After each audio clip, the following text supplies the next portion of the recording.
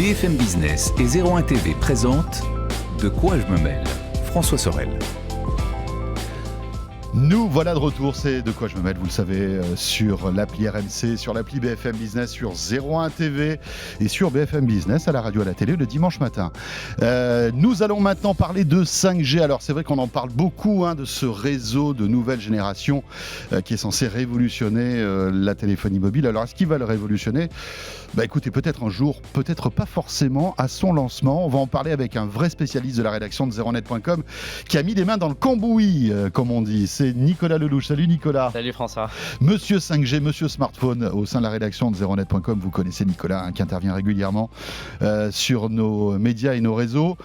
Nicolas, alors il y a quelques jours de cela, tu as pris ta petite valisette avec plein de smartphones 5G.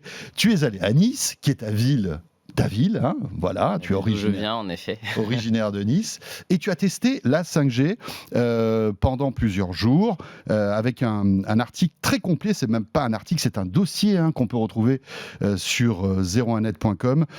Tu nous expliques un petit peu ton expérience et on va en parler là parce que c'est très intéressant de voir que cette 5G dont on nous promet monts et merveilles, peut-être un lancement un peu, j'allais dire chaotique, c'est peut-être un bien grand mot, mais en tout cas, un lancement en demi-teinte. On va pas tout vous dire tout de suite. Et puis à la fin, tu nous feras un petit topo des meilleurs smartphones 5G du moment. Voilà, bien histoire de terminer tout ça. Je pense qu'un lancement en demi-teinte, ça correspond bien. Déjà, j'aimerais expliquer pourquoi on est allé à Nice, pourquoi on a fait ce test-là. Pour tout vous dire, en fait, ça fait plusieurs mois à 0net, depuis le lancement commercial de la 5G, on se demande comment on peut être le média de référence sur ce sujet et comment on peut justement proposer des tests de la 5G sans tomber dans un cliché. Parce que le problème, en fait, c'est que si on fait un test au pied d'une antenne dans une ville, ça ne va pas correspondre à l'intégralité de la France. D'accord. Ce qu'on voulait, c'était à la base l'Île-de-France et on voulait faire un test de toute la région Île-de-France en attendant que Paris ouvre, en espérant que Paris ouvre rapidement. Le problème, c'est que Paris n'avait toujours pas ouvert et est en train de s'améliorer au moment où on est en train d'enregistrer cette émission, mais je ne sais pas quand Paris sera lancé en 5G. Donc du coup, on se demandait comment on peut réussir justement à proposer un comparatif 5G complet. Il se trouve qu'il y a peu de villes en France où les 4 opérateurs proposent la 5G. Mais Nice, qui était la première ville pour SFR, une des premières pour Orange, pour Bouygues et pour Free, est une ville qui propose de la 5G à peu près partout. C'est la meilleure couverture en France pour une grande ville. C'est la meilleure, en fait, c'est vraiment la ville un peu pilote. C'est un peu la ville pilote, test. Certains opérateurs vont refuser ce terme de ville pilote parce qu'ils vont dire justement que non, ils se sont lancés dans plusieurs villes en même temps. Par exemple, Orange, leur ville pilote, c'était Marseille, pas Nice. Donc du coup, eux refusent de dire que Nice, c'est leur ville pilote. Maintenant, ils étaient là au tout début avec une publicité de masse sur la promenade des Anglais en mode Nice est une ville 5G. Donc ça reste quand même une ville de référence pour eux, ça c'est évident. Donc c'était une ville qui correspondait bien pour tout cela, qui avait les 4 opérateurs, qui avait un autre avantage aussi, c'est qu'à ce même moment, Free venait de se lancer. Et nous, on voulait tester la 5G de Free. Mais du coup, le problème de Free, c'est que vous savez, ils ont 2 types d'antennes. Ils ont du 700 MHz et du 3,5 GHz. Donc il nous fallait un endroit où on avait les deux, si on voulait justement tester Free dans son intégralité. Donc Nice, ça cochait toutes les cases. Oui, ça cochait toutes les cases. Et puis, peut-être revenir aussi sur on va dire, la précipitation de Nice à lancer la 5G. C'est une décision aussi politique du maire. Oui. De Nice qui a très vite dit moi je veux que ma ville soit couverte en 5G parce que la 5G c'est le progrès, ça va être aussi on va dire une accélération économique forcément. Oui, et il y a une volonté évidemment de communication pour contrer justement les concertations écologistes qu'il y a pu y avoir dans d'autres villes contre la 5G, de dire nous on est une ville qui mise sur l'entrepreneuriat, nous on veut la 5G, donc du coup ils ont voulu vraiment accélérer le déploiement de la 5G. Maintenant on n'est pas ici pour faire des commentaires non, sur la bien politique, sûr que non. Mais il se trouve que Nice était vraiment bien lancé là-dessus. Ce qui est important dans tout ce qu'on va dire dans cette émission, c'est que la 5G à Nice n'est pas représentative de la 5G dans toute la France. Et c'est très important de préciser que nos conclusions ici, c'est pas les conclusions partout. Il y a des endroits où les types d'antennes ne sont pas les mêmes. Il y a des endroits où un opérateur était déjà à la ramasse en 4G par exemple. Donc du coup, est-ce qu'il va moins réussir à se rattraper en 5G? C'est probable. Mais en tout cas, c'est un baromètre local. Pour les habitants peut-être de Nice, que la 5G à Marseille marche mieux ou moins bien, ou enfin tu aurais eu peut-être des résultats de tests complètement différents. Maintenant, en choisissant une seule ville et non pas plusieurs villes comme ce qu'on voulait faire en Ile-de-France, on a l'avantage d'être très complet et d'avoir une vraie couverture de la ville entière de Nice. On a une carte d'ailleurs dans mon grand test qui vous montre bien qu'on est vraiment présent sur toute la ville, qu'on a essayé de ne laisser aucune zone blanche. Ça n'aurait pas été possible si on avait fait une région entière, à moins de consacrer un mois entier de tests. Donc on a vraiment voulu avoir une ville de référence. Je pense qu'au final, on a plutôt bien réussi à trouver des endroits clés qui représentent vraiment l'utilisation. On voit la carte d'ailleurs qui s'affiche à l'écran là. Mais aujourd'hui, on a le premier grand comparatif des 4 opérateurs dans une grande ville, qui encore une fois n'est qu'un baromètre que local. Voilà, alors tu vas nous expliquer comment tu as fait ces tests. Et il faut aussi expliquer que Nice est la première étape de ce grand dossier 5G, c'est-à-dire Bien que toi, sans doute, ou peut-être d'autres journalistes de la rédaction, iront tester la 5G dans d'autres villes. C'est ça l'objectif. C'est ce qu'on espère faire, bien sûr. Et notamment Paris, Paris dont le coup d'envoi, tu le disais tout à l'heure. Sûrement la prochaine cible, et on réfléchit déjà à d'autres villes. Après, le but n'est pas de faire tout le temps la même chose. C'est-à-dire que là, le protocole que je vais vous détailler, on l'a fait pour Nice, mais on le fera sans doute évoluer une prochaine fois, histoire de tester d'autres usages et de détecter, par exemple, des choses que nous n'avions pas encore vues cette fois-ci. Alors, la particularité du réseau 5G, c'est un réseau qui, suivant les fréquences, en fait, le ressenti et le débit que tu vas avoir est lié à la distance à laquelle tu es de l'antenne, en fait. C'est ça le paradoxe. C'est un peu comme le Wi-Fi chez nous. Quand on est à côté de la box, évidemment, on a un très bon débit. Et quand on part dans la chambre, si on n'a pas de répéteur, ça marche moins bien.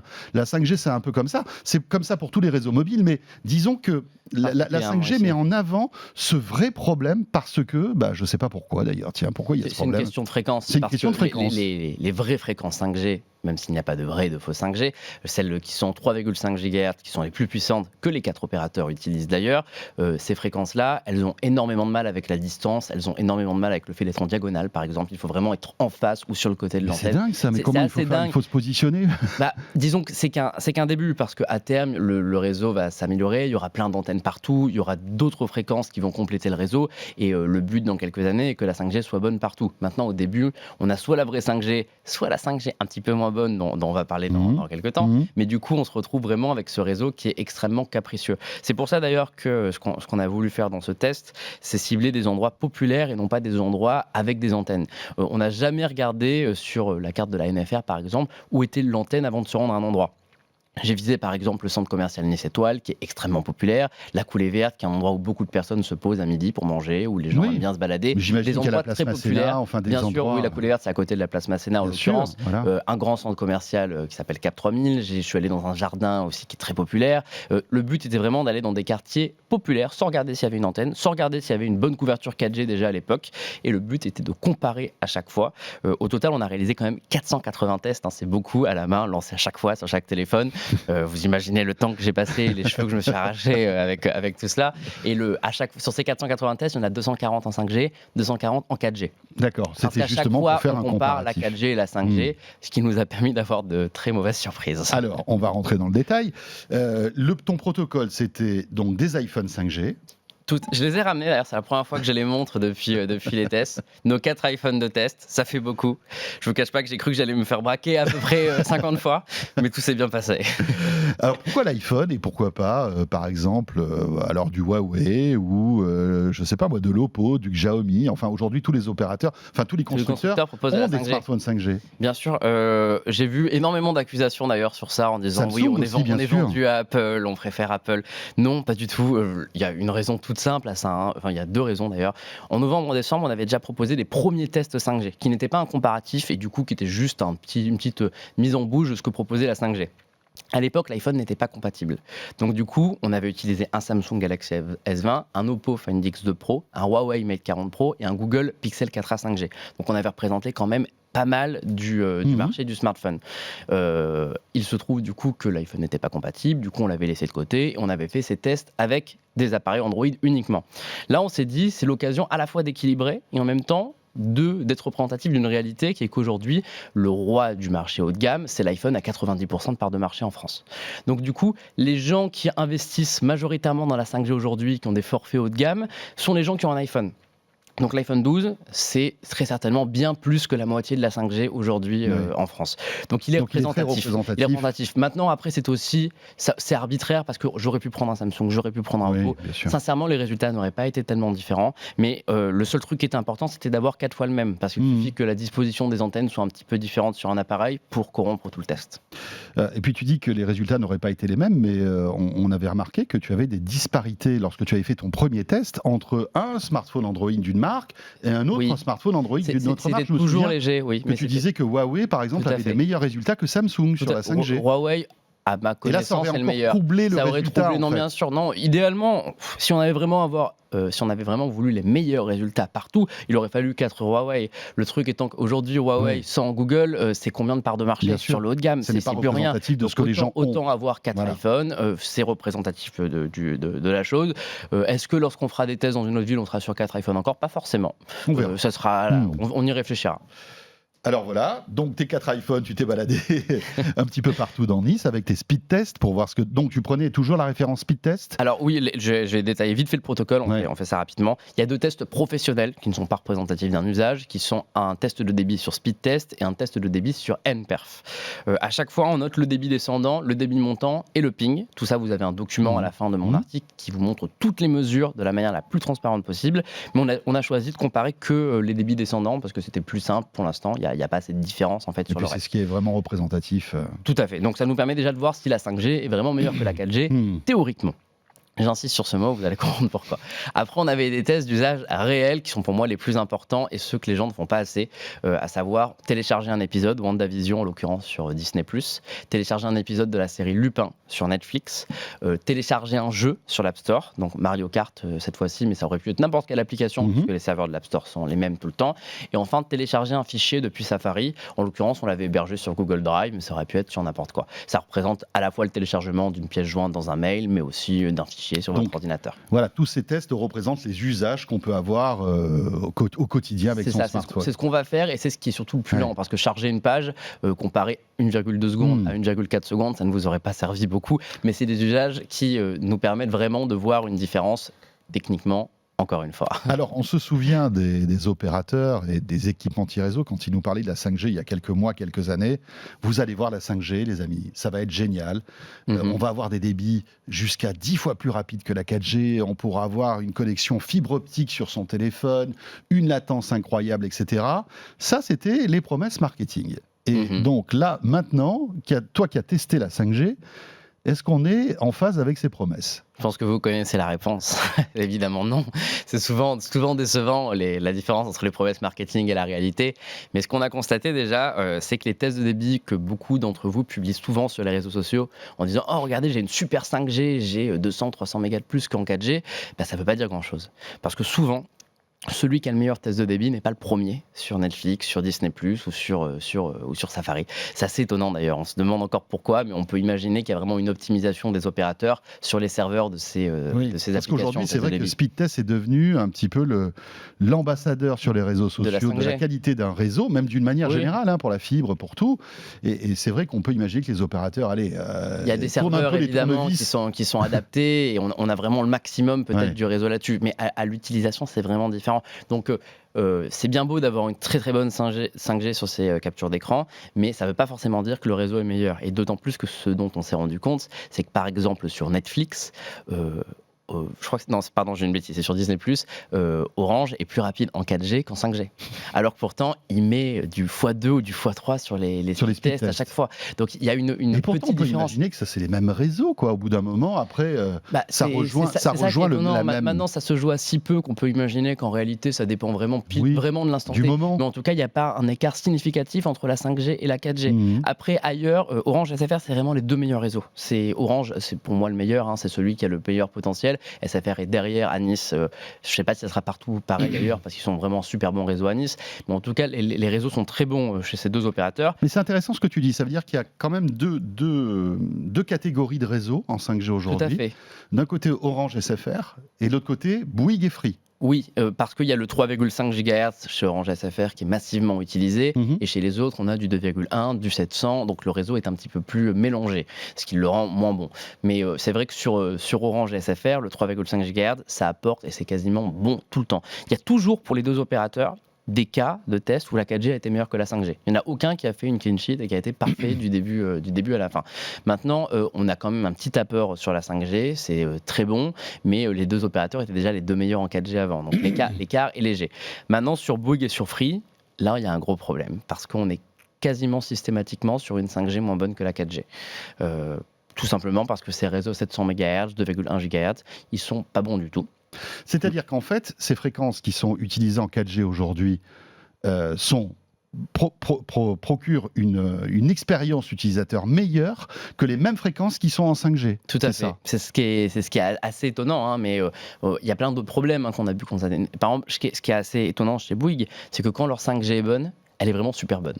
C'est-à-dire qu'elle va vraiment mettre une belle distance à la 4G, elle est plus rapide. Par contre, dans les endroits où la 4G est moyenne ou pas bonne, alors la 5G n'est pas bonne du tout, ça fonctionne pas, il y a des difficultés. Il y a quand même une fois où je suis tombé dans une zone où la 4G de Bouygues était saturée, ce qui est un usage qui est, dans un monde pandémique c'est un peu différent, mais dans un monde sans confinement, sans couvre-feu, c'est vrai que vous allez dans un stade par exemple, oui, bien sûr. Le réseau est saturé, on a déjà et c'est connu à ces ça. endroits que la 5G est censée apporter quelque chose de plus, parce qu'elle est censée être moins facile à saturer. Et c'est vrai que dans cet endroit où la 4G de Bouygues était saturée, sa 5G était excellente, et ça permet enfin d'avoir un bon réseau. Donc il y a quand même, faut pas voir que le négatif, c'est pas parce que la 5G n'est pas forcément meilleure que la 4G qu'elle ne va pas apporter des choses, notamment sur ces problèmes de saturation.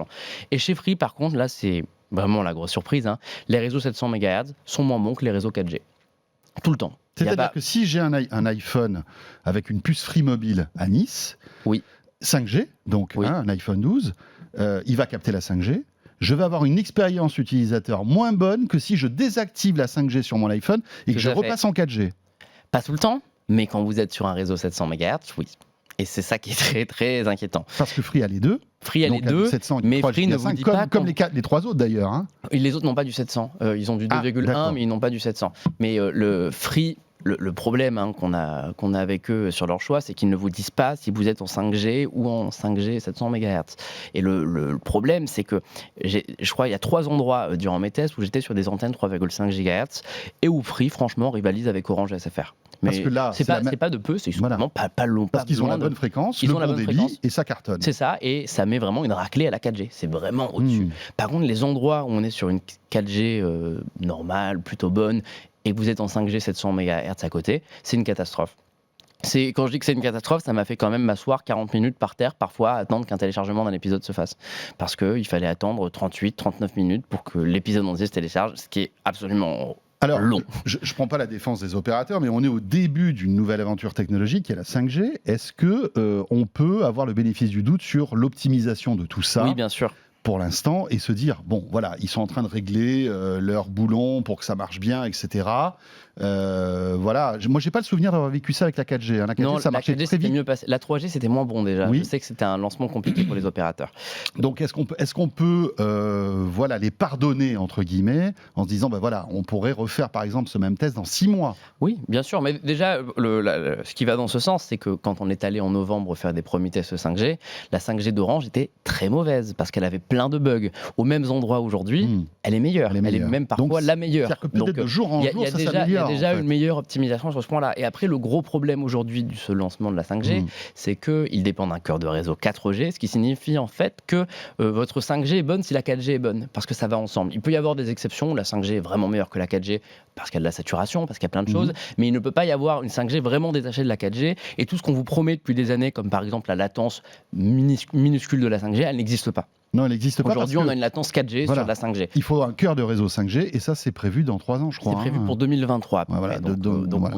On va s'en approcher. En attendant, les opérateurs, ils vont, quoi qu'il arrive, améliorer leur réseau, que ce soit par de l'optimisation des antennes, par du rajout d'antennes, ce qui va permettre au réseau d'être plus complet, ajouter des nouvelles fréquences. Mais c'est vrai que sur ce premier départ, on s'est demandé, nous en descendant, si on aurait des résultats complètement aléatoires en fonction des endroits ou si une tendance se dégagerait. Et la tendance s'est dégagée.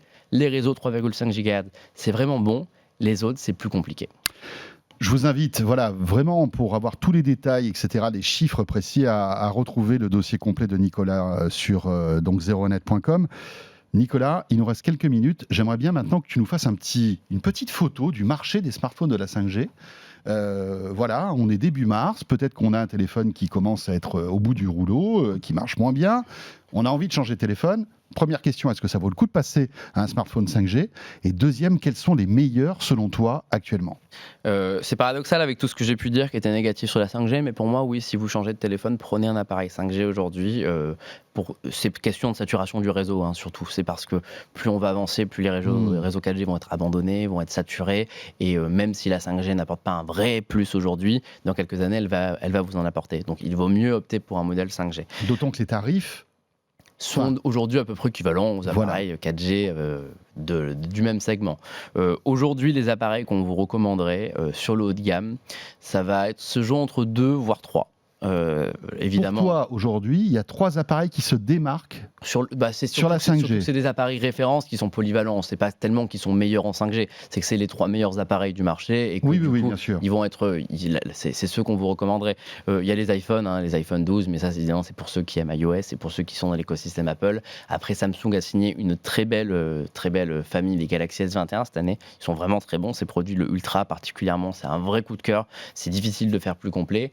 Et après, c'est un peu paradoxal parce que je vais vous recommander un appareil qui n'est pas encore annoncé et qui n'est pas sorti, mais qui est bien parti pour être très très bon. Ça va se jouer du côté de Oppo, qui a la famille des Find X3 qui va arriver. Je crois qu'il y aura 2 ou 3 appareils cette année, tous 5G.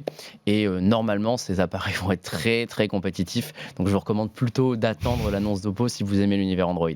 Oui, parce que Oppo s'apprête à annoncer ce Find X3. Et d'ailleurs, Denis Morel, qui est le patron d'Oppo, sera mon invité la semaine prochaine pour nous présenter justement ces nouveautés. Ça commence à bruisser, on commence à avoir quelques informations. Et visiblement, si le Find X3 est aussi bon que le 2, qui avait été une très bonne surprise, moi je me souviens que c'était l'un des meilleurs smartphone de l'année 2020. C'est mon coup de cœur de l'année dernière. C'est celui que j'attendais pas et celui qui, au final, tout au long de l'année, est resté l'appareil le plus complet sur l'univers Android. Donc, s'ils arrivent à maintenir, évidemment, il y a toujours une différence entre ce qu'on peut voir des fuites et la réalité dans les tests. Mais si tout ça est maintenu, je pense qu'on va avoir un excellent appareil. Donc, non, j'attends beaucoup Oppo cette année. Je pense qu'ils ont vraiment un bon potentiel pour rattraper Huawei. Xiaomi un peu moins parce que je trouve qu'il y a toujours quelques petits défauts. Maintenant, sur le rapport qualité-prix, ils sont très bons. Et Xiaomi, justement, là où ils vont être bons, c'est sur le milieu de gamme et sur l'entrée de gamme. Donc les autres appareils que je vous recommanderais, ça va être que du Xiaomi. Ça va être donc le Mi 10T qui est aux alentours des 400 € sur le milieu de gamme. Et qui est 5G aussi. Qui est 5G aussi. Ils ont récemment annoncé le Redmi Note 9T qui coûte 250 €, qui est le premier smartphone 5G d'entrée de gamme, qui a quelques défauts. Comme par exemple, il n'a pas d'appareil photo ultra grand angle. Il y a plein de trucs qui sont pas. Finition plastique, enfin, oui, qui est moins. L'écran n'est pas très beau. Maintenant, c'est quand même pas mal pour ce prix. Et si vous cherchez un appareil d'entrée de gamme que vous comptez garder longtemps, pourquoi pas justement opter pour un modèle 5G dès maintenant. Dernière petite question concernant la 5G. C'est vrai qu'on dit souvent que la 5G, ça va être peut-être la connexion filaire qu'on a à la maison. Tu vois, c'est vrai qu'on l'a dit souvent, il y a des box 4G, des box 5G pourraient arriver. Est-ce que tu y crois, toi, à ça ? Est-ce que, d'ores et déjà, les opérateurs pourraient proposer des offres comme ça ou c'est trop tôt ? Aujourd'hui, impossible. Aujourd'hui, impossible parce que, comme vous a dit, le réseau, il est volatile. C'est-à-dire que y a des endroits où ça se passe bien, mais des endroits, il y a plusieurs endroits dans le test, c'est détaillé, de toute façon, dans le test qu'on a fait. Et surtout, vous avez le Google Doc à la fin avec tous les tableaux. Et vous voyez, par exemple, que chez Orange, il y a 3 endroits où on n'a pas eu de 5G du tout. Non pas parce qu'elle n'était pas là, parce que le logo apparaissait et disparaissait. Donc, quand on faisait un test, ça commençait super vite et d'un coup ça disparaissait. Donc c'est la preuve qu'il y a un problème de volatilité qui à la maison serait insupportable. Maintenant sur le long terme, pourquoi pas ? Il faut évidemment que les opérateurs arrivent à optimiser cette 5G pour qu'elle tienne longtemps. Ça va passer par beaucoup plus d'antennes qu'avant. C'est une réalité qui est un petit peu dommage, mais on dit souvent que pour remplacer une antenne 4G, il faudra 3 à 4 antennes 5G. Mais bon, c'est ce qui va permettre au final d'avoir un très bon réseau stable partout, mais ça va prendre du temps. Voilà, et puis rappelons quand même que l'idéal c'est d'avoir une connexion à la maison, bien fibre. Sûr, ça reste l'essentiel. Il y a un bon réseau Wi-Fi. Tiens, d'ailleurs, c'était le sujet de quoi je me mêle la semaine dernière avec Pierre Fontaine, où on vous donnait des conseils. On parlait du Wi-Fi 6E, d'ailleurs, qui arrive sur le Galaxy S21, qui est le premier smartphone, je crois, au monde à avoir cette nouvelle puce. Tout à fait. C'est le S21 Ultra seulement. Voilà, je crois qu'Oppo, d'ailleurs, devrait faire pareil. Sans doute. C'est Voilà. ce que disent les fuites en tout cas. Et surtout, avec Pierre, on vous donnait des conseils pour bien optimiser votre Wi-Fi à la maison, parce que c'est vrai que c'est un vrai problème. Merci beaucoup, Nicolas, pour toutes ces précisions. Voilà, le dossier complet sur la 5G à Nice, à retrouver sur 01net.com. Et puis, ce n'est que le début de cet engagement de la 5G sur 01net, parce que l'idée, c'est de vraiment suivre l'évolution de cette technologie qui, petit à petit, va rentrer dans notre quotidien. On attend Paris, là, ça y est, ça devrait arriver dans les jours qui viennent. Mais où on aura l'occasion d'en parler. Merci de m'avoir laissé raconter toute cette odyssée niçoise. Et tu es toujours le bienvenu, Nicolas. Merci beaucoup. Ce de quoi je me mêle est terminé. Je vous rappelle que vous pouvez toujours réagir. Tiens, dites-nous si vous captez de la 5G, si ça marche avec le hashtag DQJMM sur Twitter, même si ça marche pas d'ailleurs. Et puis à nous rejoindre aussi sur la page Facebook de quoi je me mêle. Merci et on se retrouve donc la semaine prochaine. De quoi je me mêle sur BFM Business et 01 TV.